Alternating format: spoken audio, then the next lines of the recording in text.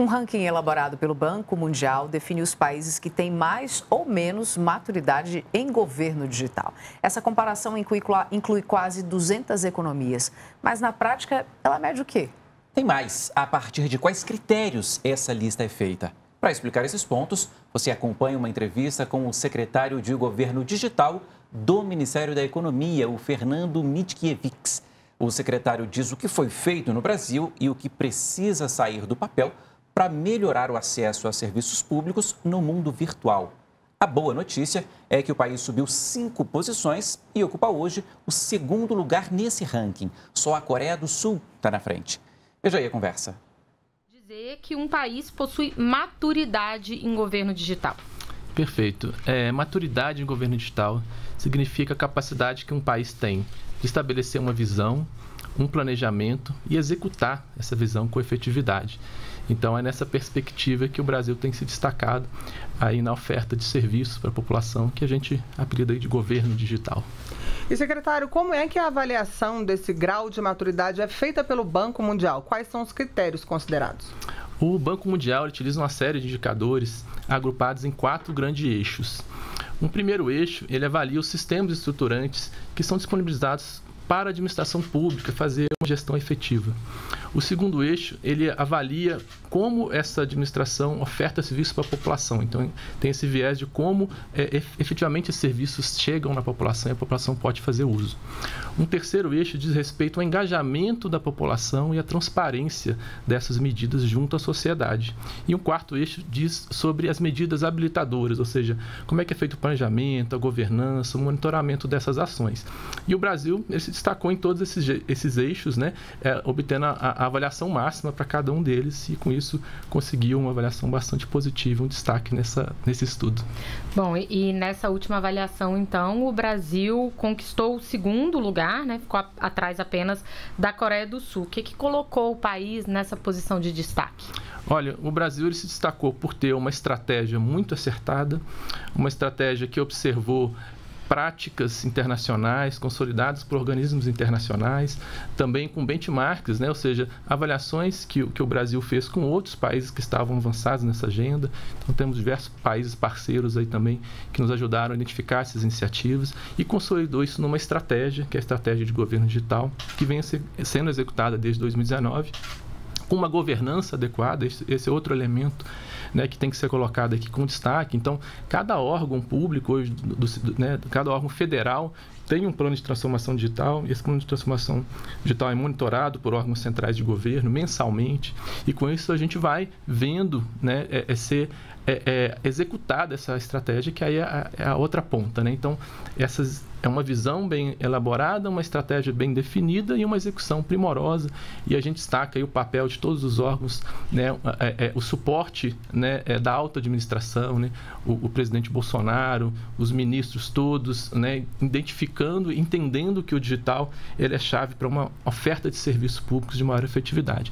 Então, a soma disso tudo, né, com a nossa força de trabalho de TI, que é competente, com as empresas públicas de TI, SERP, Dataprev, ITI, suportando essa agenda, a gente conseguiu uma execução aí considerada primorosa, com resultados efetivos para a população e agora com reconhecimento de organismos internacionais.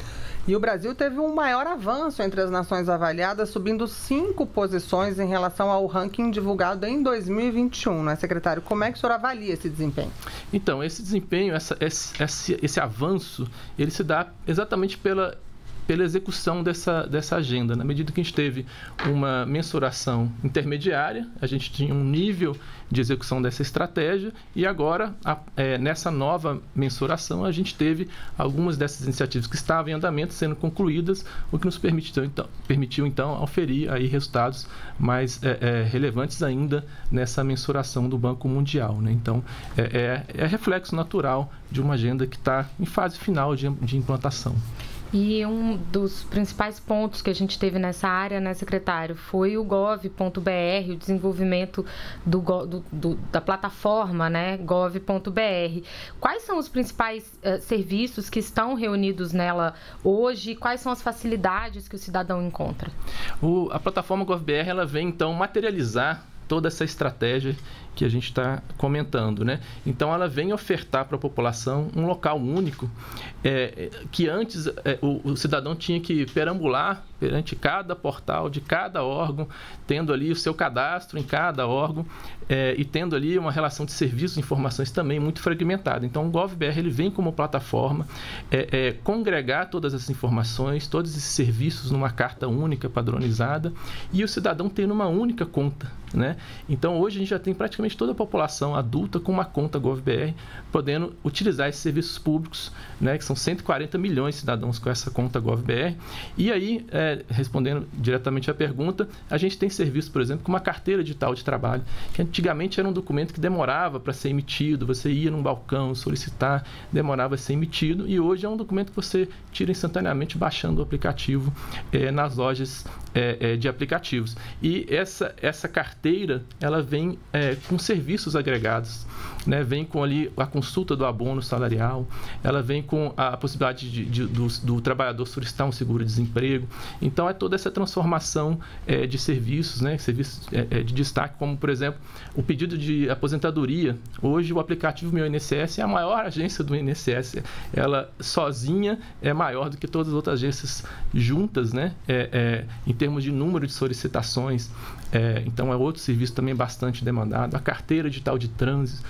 Todo mundo tem hoje já no seu aplicativo, no seu celular, o aplicativo da carteira. Não precisa mais se preocupar em ficar buscando o documento do carro. Ele está ali digital, a qualquer momento você pode acessar e disponibilizar para as autoridades. Também temos serviços abarcados na carteira de trânsito. Hoje é possível até transferir veículos por meio digital, sem ter que ir no cartório. Para a maior parte dos estados, isso já está habilitado, por exemplo, na carteira digital de trânsito. Desburocratizar e colocar serviços essenciais na palma da mão, né, secretário? É possível mensurar o impacto que isso tem no dia a dia das pessoas e nas relações de trabalho? É possível. A Secretaria de Governo Digital, ela, no momento da pactuação dos planos de transformação digital, ela faz um diagnóstico como era aquele serviço antes da prestação, que nível de esforço era necessário para o cidadão poder fazer a solicitação e também até mesmo que nível de recursos o governo tinha que empreender para prestar aquele serviço. E após a digitalização, a gente volta e refaz esse diagnóstico e consegue dali concluir, utilizando um modelo internacional, qual foi o valor dessa economia, tanto para o cidadão quanto para o próprio Estado. E a gente, então, contabiliza, desde então de 2019, um número de 4,6 bilhões de economia anuais para a população e para o Estado, sendo a maior parte para a população, que deixa de ter que ir num balcão, gastar com transporte, gastar o seu tempo, né, de produtividade, gastar com impressão de documentos, correios, etc., né? Agora, secretário, a gente sabe que existe uma parcela da população que ainda tem dificuldade em ter acesso à internet, ou mesmo que tem o acesso, mas tem dificuldade em lidar com os processos digitais. O que está sendo feito para alcançar essas pessoas? Tem uma série de políticas de inclusão digital, né, que tem feito com que o Brasil crescesse bastante o acesso à internet. Na última pesquisa da PNAD, o suplemento de TICs, né, Tecnologia da Informação e Comunicação, feito pelo IBGE, por exemplo, nós chegamos ao número de 90% de domicílios com acesso à internet. Então, hoje em dia, a gente tem uma penetração bastante grande de internet nos lares brasileiros, o que faz com que esse cidadão digitalizado, ele exija a possibilidade de ter um canal digital para solicitação de serviços, né? Mas outras ações são necessárias ainda para que a gente consiga atingir essa população. No final das contas, o digital, ele serve até para que a gente consiga prestar melhor o atendimento presencial para essas pessoas que ainda não estão incluídas digitalmente. Então, é importante também trazer isso. A oferta de serviços digitais, ela se complementa à oferta de serviços presenciais, e um exemplo disso, por exemplo, é o nosso aplicativo do Cadastro Único. O Cadastro Único, ele fornece a possibilidade do cidadão carente poder fazer um pré-cadastro por meio digital e validar o seu cadastro e ter um atendimento mais ágil, mais efetivo, por exemplo, nos CRAS. Então, é um exemplo de como o digital consegue ajudar a população mais carente, que ainda tem dificuldade de inclusão digital, a se associar, né, o físico com o digital, para prestar melhores serviços públicos para a população. Você acompanhou aí ao vivo a entrevista do secretário de Governo Digital do Ministério da Economia, Fernando Mitterkzix. E a gente lembra que a íntegra dessa conversa fica no site redenacionalderádio.com.br.